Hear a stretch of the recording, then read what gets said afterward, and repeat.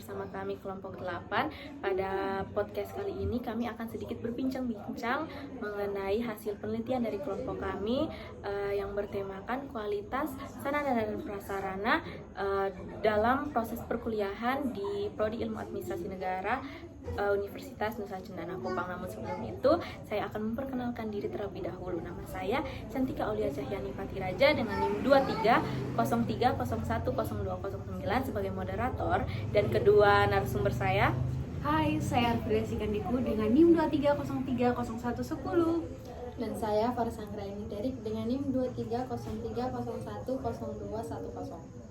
Pada podcast kali ini bertujuan untuk memenuhi tugas mata kuliah metodologi penelitian administrasi oleh Bapak dosen Dr. Syukur Muhaimin Adanjaha, SOS MAP. Check it out. Di sini saya akan melontarkan beberapa pertanyaan kepada dua narasumber. Bisakah teman-teman menjelaskan secara singkat alasan utama kenapa teman-teman ini mengangkat topik penelitian ini? Baik, langsung saja saya akan menjawab pertanyaan dari moderator. Alasan kami mengambil topik penelitian ini karena sarana dan prasarana memiliki peran krusial dalam menunjang efektivitas dan efisiensi proses pendidikan di perguruan tinggi. Nah, sarana dan prasarana di perguruan tinggi itu seharusnya mendukung proses pembelajaran yang efektif dengan menyediakan fasilitas yang lengkap dan modern serta terawat. Di Universitas Nusa Cendana yang disingkat UNDANA adalah universitas negeri pertama yang di Provinsi Nusa Tenggara Timur yang berdiri pada tanggal 1 September tahun 1962, khususnya program studi ilmu administrasi negara di Fakultas Ilmu Sosial dan Ilmu Politik, yang dimana memiliki tanggung jawab besar dalam memastikan fasilitas akademik yang berkualitas guna mendukung proses perkuliahan yang optimal dan meningkatkan motivasi mahasiswa dalam proses perkuliahan. Namun, berbagai kendala sering muncul seperti keterbatasan dalam fasilitas akademik, ruang kelas yang kurang nyaman, fasilitas kelas yang kurang memadai, serta akses internet yang tidak stabil yang semuanya dapat menghambat proses pembelajaran mahasiswa. Selain itu, pemeliharaan fasilitas masih menjadi tantangan karena tidak adanya sistem perawatan yang terjadwal dan teratur, sehingga banyak fasilitas mengalami kerusakan tanpa segera diperbaiki. Oleh karena itu, penelitian ini berupaya menggali lebih dalam faktor-faktor penyebab ketimpangan serta mencari solusi untuk meningkatkan kualitas sarana prasarana di program studi Ilmu Administrasi Negara Universitas Nusa Cendana. Nah, jadi apa sih tujuan utama teman-teman ini melakukan penelitian ini? Ya, jadi baik, penelitian ini bertujuan untuk mengeksplorasi secara kualitatif kualitas sarana prasarana dalam proses perkuliahan di Prodi Administrasi Negara Universitas Nusa Cendana. Dengan memahami kondisi dan tantangan yang ada, penelitian ini diharapkan dapat memberikan rekomendasi bagi pihak universitas dalam meningkatkan kualitas sarana dan prasarana demi menunjang keberhasilan akademik mahasiswa. Nah, namun sebelum itu, apakah ada penelitian sebelumnya yang relevan dengan topik yang teman-teman bahas? Ya, jadi baik, kami memiliki 5 referensi jurnal yang memiliki persamaan dan perbedaan dari penelitian kami. Jadi persamaan dan perbedaan dari penelitian sebelumnya dan penelitian kami, di mana persamaannya itu sama-sama menggunakan metode pengumpulan data, yaitu wawancara, observasi, dan dokumentasi, dengan jenis penelitian yaitu kualitatif. Nah, perbedaan pada penelitian sebelumnya dan penelitian kami itu terdapat pada lokasi penelitian dan tahun penelitian. Jadi teori apa yang teman-teman gunakan dalam penelitian ini? Ya, jadi baik, kami menggunakan teori manajemen pendidikan yang dikemukakan oleh Everance dan Morris pada tahun 1996. Di sini ia menekankan pentingnya perencanaan strategi dalam penyediaan dan pemeliharaan sarana prasarana. Manajemen yang baik mencakup pengadaan, pemeliharaan, dan distribusi fasilitas secara merata agar dapat digunakan secara optimal oleh seluruh mahasiswa dan dosen. Manajemen yang tidak efektif dapat menyebabkan ketimpangan dalam akses fasilitas yang berakibat pada kesenjangan kualitas pendidikan antar program studi. Nah, sekarang coba teman-teman jelaskan kerangka pikir yang telah teman-teman buat pada penelitian. Nah, dari penelitian ini menunjukkan bahwa kualitas sarana prasarana yang baik seperti ruang kelas dan fasilitas mendukung memiliki dampak signifikan terhadap tingkat kepuasan mahasiswa. Sarana prasarana yang baik seperti gedung dan peralatan yang terawat serta aksesibilitas yang mudah dapat meningkatkan kenyamanan dalam proses belajar mengajar. Sedangkan ruang kelas yang bersih, yang nyaman, dan memiliki pencahayaan yang baik berkontribusi positif terhadap konsentrasi dan kepuasan mahasiswa. Fasilitas pendukung juga memainkan peran penting dalam meningkatkan pengalaman mahasiswa, mencakup layanan tambahan seperti tempat parkir. Dengan menyediakan fasilitas yang lengkap dan berkualitas, institusi pendidikan dapat menciptakan lingkungan belajar yang lebih baik yang pada gilirannya akan meningkatkan kepuasan mahasiswa. Oleh karena itu, pengelolaan yang baik terhadap semua aspek ini sangat penting untuk menciptakan pengalaman akademis yang memuaskan bagi mahasiswa. Nah, jadi jenis penelitian seperti apa dan pendekatan seperti apa yang teman-teman gunakan, serta fokus pada penelitian teman-teman ini itu apa? Jadi jenis penelitian dan pendekatan yang kami gunakan dalam penelitian ini yaitu deskriptif kualitatif, yang dimana ini untuk menganalisis tentang kualitas sarana prasarana dan kendala yang dihadapi dalam mengelola dan pemanfaatan sarana prasarana di Prodi Ilmu Administrasi Negara. Pendekatan yang kami gunakan itu ini terdiri dari data sarana prasarana di Fakultas Ilmu Sosial dan Ilmu Politik Universitas Nusa Cendana.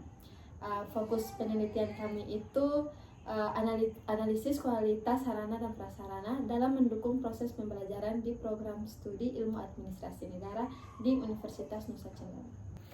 Nah, pada hasil dan pembahasan itu, adakah temuan utama dari wawancara yang telah teman-teman lakukan? Baik, temuan utama yang kami temukan pada saat wawancara di program studi Ilmu Administrasi Negara dengan 6 informan, 5 diantaranya itu merasa tidak puas dengan kualitas sarana prasarana yang ada di program studi Ilmu Administrasi Negara. Sedangkan 1 informan tersebut merasa puas dengan kualitas sarana prasarana yang ada di program studi Ilmu Administrasi Negara. Jadi, para informan menjelaskan bahwa kepuasan mahasiswa dipengaruhi oleh beberapa faktor. Salah satu faktor adalah kualitas sarana prasarana yang tersedia. Kualitas sarana prasarana yang tersedia dapat meningkatkan kepuasan mahasiswa dan membangkitkan semangat belajar para mahasiswa. Nah, mahasiswa yang puas dengan kualitas sarana prasarana cenderung lebih fokus dalam mempelajari sehingga berpotensi untuk meraih prestasi yang lebih baik. Ya, baik, teman-teman.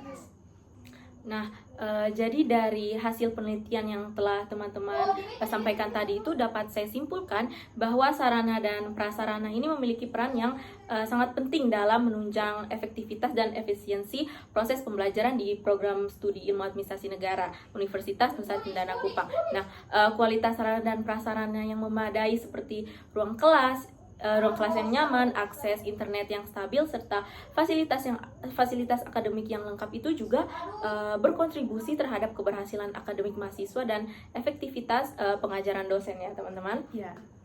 Nah, jadi dari keseluruhan penelitian yang teman-teman lakukan ini, mungkin dari teman-teman sendiri ada saran mungkin untuk menyikapi permasalahan-permasalahan tersebut. Saran dari kami itu universitas perlu meningkatkan kualitas sarana dan prasarana dengan perencanaan berbasis data serta sistem pemeliharaan yang terjadwal, karena fasilitas yang tidak memadai dapat berdampak negatif terhadap kualitas pembelajaran dan motivasi mahasiswa. Dengan perencanaan yang berbasis data ini, pihak universitas dapat mengidentifikasikan kebutuhan utama dan mengalokasikan sumber daya secara efisien. Selain itu, sistem pemeliharaan yang ini rutin dan terjadwal akan memastikan bahwa fasilitas tetap dalam kondisi optimal dan dapat digunakan dalam jangka yang panjang.